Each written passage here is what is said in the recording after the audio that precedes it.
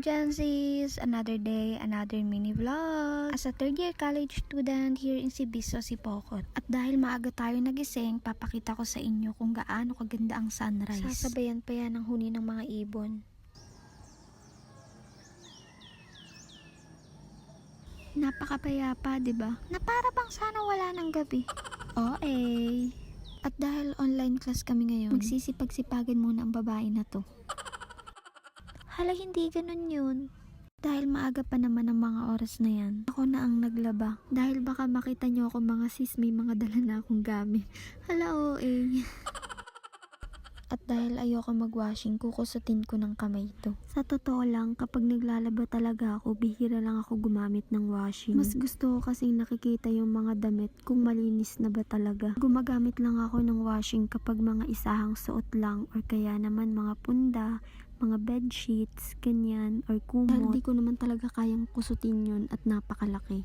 Nagbabalaw na nga ako sa mga oras na to nang mag-chat sa GC na magsisimula na daw ang online class. Nagagamit ko ng pagiging multitasking ko, mga sis.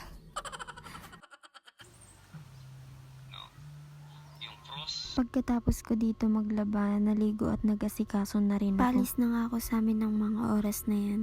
Dahil wala na kaming pasok kinahapunan, naisipan kong pumunta na lang ng sentro. Dahil may night market ngayon, mag-uukay tayo. Wala na rin kasi ako mga pants, kaya naisipan kong bumili na lang Maaga ulit. Pa naman ang mga oras na to at gabi pa naman night market. Naisipan kong pumunta na lang muna ng resort. Dahil matagal-tagal na rin akong hindi nakabalik doon. Tara, samahan nyo akong bisitahin ulit. Comment mo nga kung alam mo kung saan yun. Dahil matagal-tagal na rin akong hindi nakabalik dito. May bigla akong naalala na para bang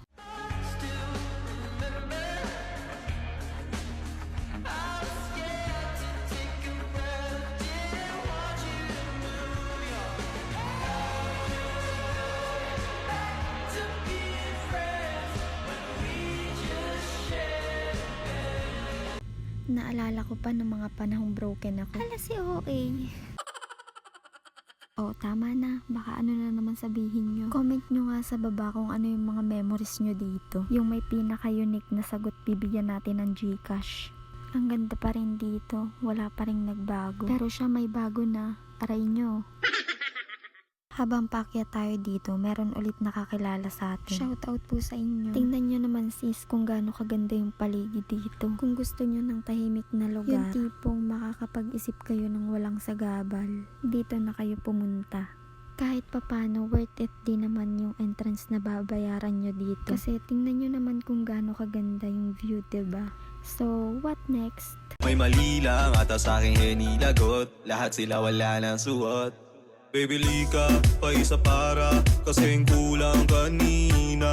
Yung halik mo, pati likod mo, umampi kanina. So ayun, pagkatapos ko mag-TikTok, dahil paggabi na rin naman, bumaba na rin ako para maghanap ng mga pants na bibilhin ko. Kapag gantong night market nga, ang mamura lang ng mga bilihin. Katulad nito, sa halagang 30 pesos, may plastic all you can ka na. At sa paglilibot ko nga, ito ang nahanap ko. Tada!